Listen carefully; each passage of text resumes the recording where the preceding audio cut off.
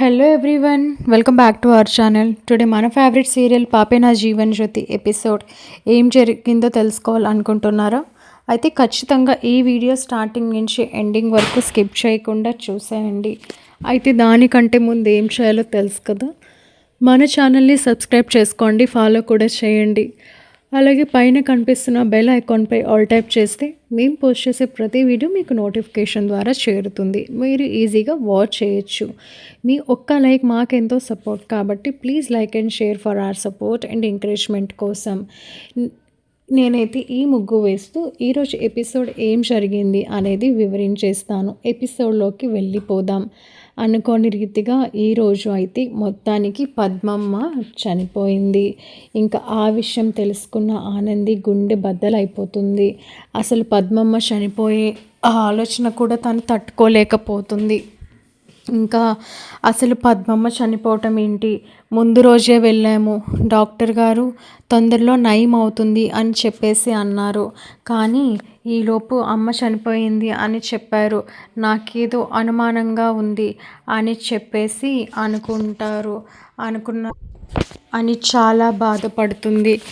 ఇంకా ఈలోపు ఆదిత్యకి ఆ విషయం తెలిసి ఆనంది అయితే తట్టుకోలేదు.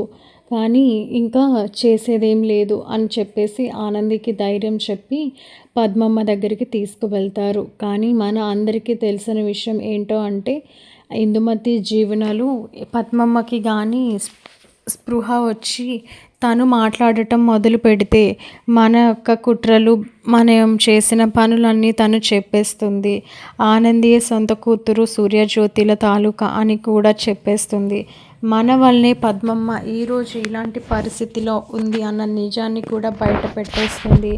అప్పుడు మన జీవితం ఇంకా కుక్క చింపిన ఇస్తరాకు అయిపోతుంది అన్న భయంతో వాళ్ళే ముందు రోజు నైట్ ఎవరూ చూడకుండా పద్మమ్మ గదిలోనికి వెళ్ళి తలగడ వేసి మరీ ఆమెను అతి దారుణంగా చంపేశారు. ఈ విషయం మనకి తెలుసు, కానీ ఆనంది వీళ్ళ ఎవరికీ తెలియదు. కానీ ఆవిడ మార్నింగ్ లేవకపోయేసరికి డాక్టర్ గారు వస్తారు. వచ్చేసరికి ఆల్రెడీ డాక్టర్ గారు ఎక్కడది మర్డర్ అని చెప్పేస్తారు అన్న భయంతో డబ్బులు ఇచ్చి మేనేజ్ చేస్తుంది జీవన. అందుకని డాక్టర్ అమ్మ నిద్రలోనే ఈవిడికి ప్రాణం పోయింది కాబట్టి ఐఎమ్ సారీ అని చెప్పేసి చెప్తుంది. ఎవరికి అనుమానం రాకుండా అలా చెప్పేసరికి వీళ్ళు చాలా బాధపడతారు. పద్మమ్మ కోలుకుంటుంది, నార్మల్ మనిషి అవుతుంది అనుకున్నాము, కానీ ఇలా ప్రాణం విడిచిపెట్టేస్తుంది అనుకోలేదు అని చెప్పేసి చాలా బాధపడతారు సూర్య, జ్యోతిలు వీళ్ళంతా. ఇంకా జీవన, ఇందుమతి ఒక పీడ విరగటైపోయింది. ఇంకా దీని టెన్షన్ మనకి లేదు అని చెప్పేసి చాలా సంతోషంగా ఉంటారు.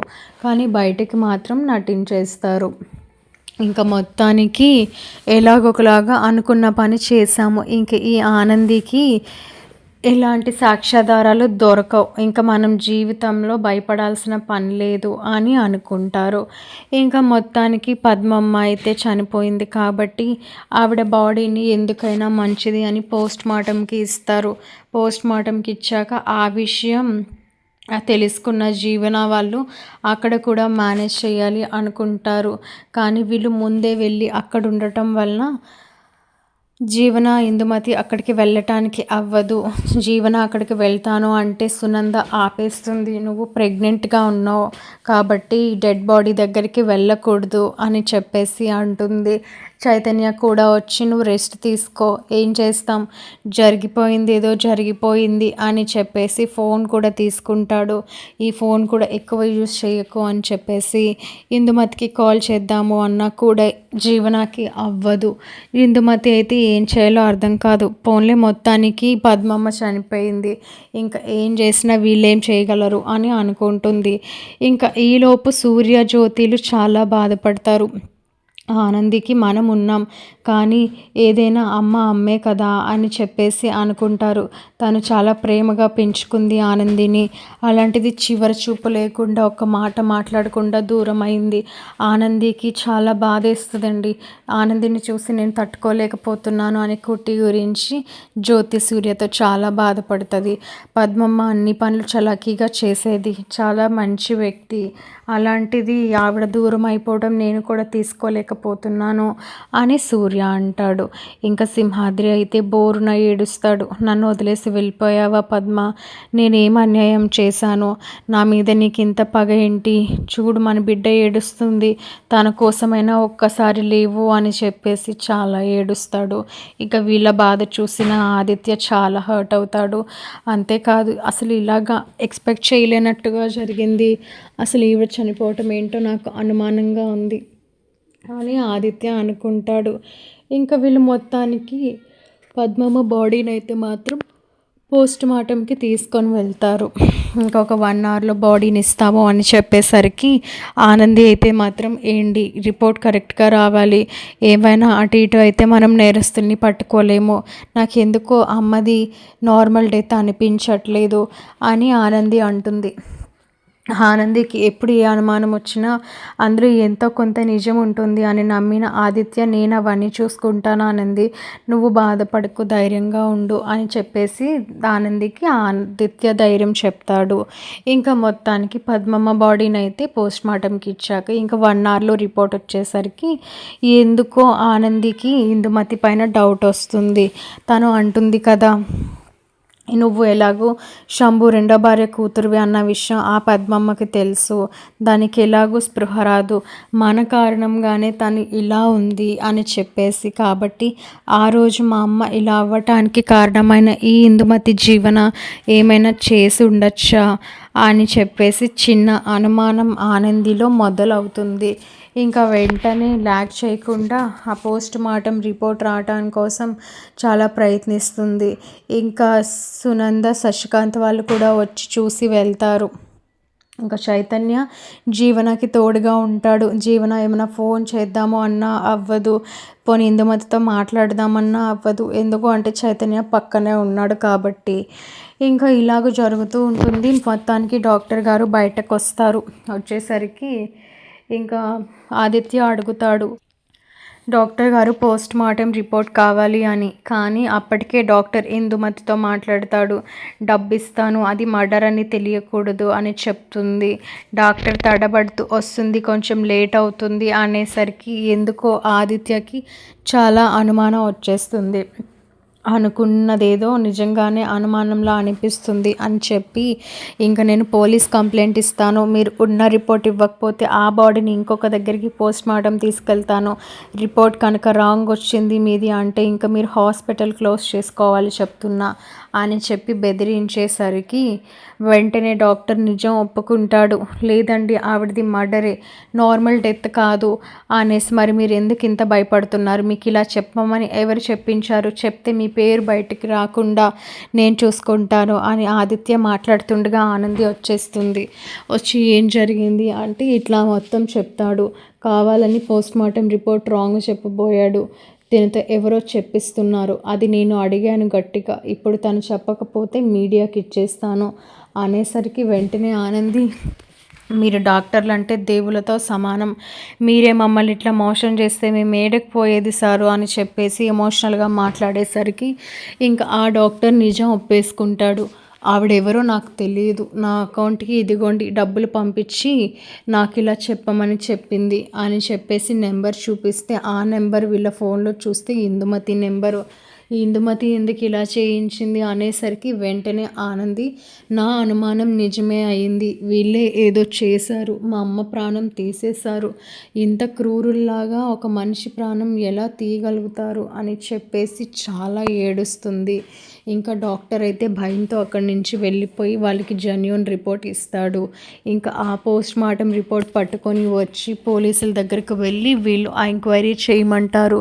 చేసేసరికి ఇంకా వీళ్ళు ఈ డాక్టర్ గారికి ఈ నెంబర్ నుంచి కాల్ వెళ్ళింది, ఒక్కసారి చూడండి అది ఇందుమతిది అని చెప్పేసి చెప్తారు. చెప్పేసరికి ఇంకా వెంటనే పోలీసులు ఇంటికి వస్తారు.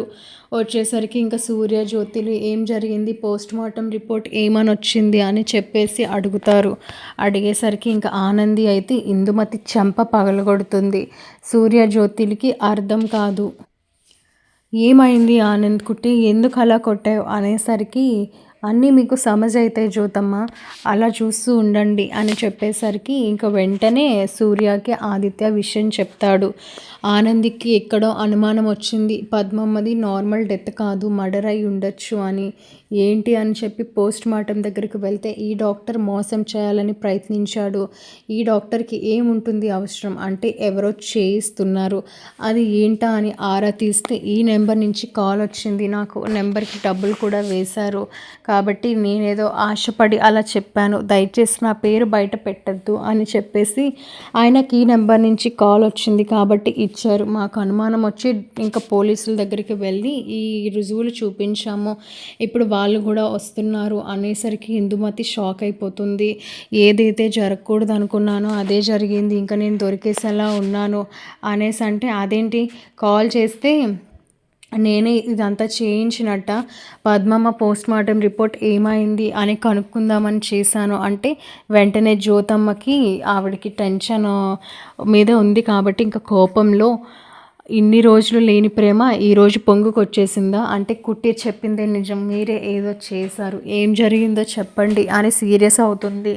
ఇంకా ఈలోపు పోలీసులు వస్తారు. వచ్చేసరికి ఈ నెంబర్ నుంచి కాల్ వెళ్ళింది కాబట్టి ఈ నెంబర్తో ఈ 1-2 డేస్లో ఏ కాల్స్ వెళ్ళాయో అన్నీ ట్రేస్ చేస్తే జీవనతో వెళ్ళిన కాల్ వీళ్ళకి ట్రేస్ అవుతుంది.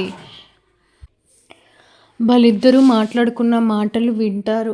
ఏమని ఉంటుంది అంటే ఇందుమతి కాల్ చేస్తుంది, ఈ పద్మమ్మకి స్పృహ వచ్చేస్తే మన కుట్రలన్నీ బయటపడిపోతాయి, ఈ కుట్టియే ఈ సూర్యజ్యోతిల కూతురని చెప్పేస్తుంది, తను ఈరోజు బతుకున్న జీవశవంలా చేయడానికి కారణం మనమే చేశాము అని కూడా చెప్పేస్తుంది. నువ్వు శంభు రెండో భార్య కూతురు అన్న నిజం కూడా దానికి తెలిసిపోయింది కాబట్టి ఇప్పుడు మనం తొందరపడాలి, అది కానీ ప్రాణాలతో ఉంటే మాత్రం మనకి ఎప్పటికైనా రిస్కే, అంతేకాదు దానికి స్పృహ వచ్చింది అంటే ఇంకా మనల్ని పట్టి అప్పచెప్తుంది, ఏం చేద్దాము అని ఇందుమతి అడుగుతుంది. దానికి సమాధానంగా జీవన అది ప్రాణాలతో ఉన్నప్పుడు కదా, నేను ఇప్పుడే వస్తున్నా, అది ఎలాగా ఏ గొంతుతో నిజం చెప్తాదో నేను చూస్తాను, దాన్ని చంపేద్దాము అని చెప్పేసి జీవన అన్న మాటలు వినిపిస్తాయి ఆ వీడియోలో. ఇంకా జీవన అలా అనేసి ఫోన్ పెట్టేసరికి ఇంకా ఆ రికార్డులో క్లియర్గా మొత్తం వీళ్ళు ఏం మాట్లాడుతున్నారు అనేది జ్యోతి, సూర్య, సింహాద్రి, ఆదిత్య, ఆనంది పోలీసుల ముందు బయట పడిపోతుంది. ఇంకా జీవన ఇందుమతినే కలిసి ఇలా చేశారు అని తెలుసుకున్న సూర్య, జ్యోతి తట్టుకోలేకపోతారు. అంతేకాదు ఆ రికార్డులో ఆనందియే వీళ్ళ సొంత కూతురు, జీవన శంభు రెండో భార్య కూతురు అని ఇందుమతి క్లియర్గా చెప్పినట్టు ఉంటుంది.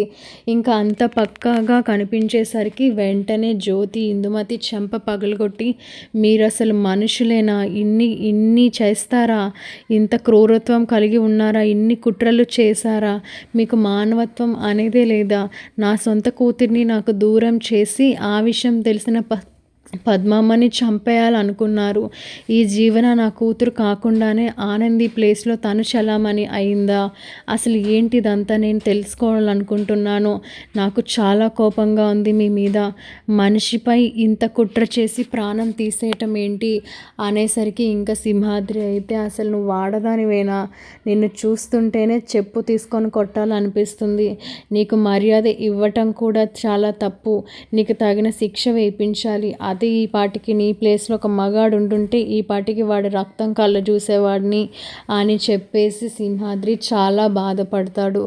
ఇంకా ఈ విషయం తెలుసుకున్న ఆదిత్య అక్కడే ఉన్నాడు కాబట్టి వెంటనే చైతన్యకి కాల్ చేసి జీవనాన్ని అమ్మని నాన్నని తీసుకొని ఇక్కడికి రా అని చెప్పేసి అంటాడు. సునంద అంటుంది తను ప్రెగ్నెంట్గా ఉంది, తను రాకూడదు అని, మీకు విషయం తెలియదు, ఇక్కడికి వస్తే అర్థమవుతుంది, జీవన రావాలి అని చెప్పేసి అంటారు.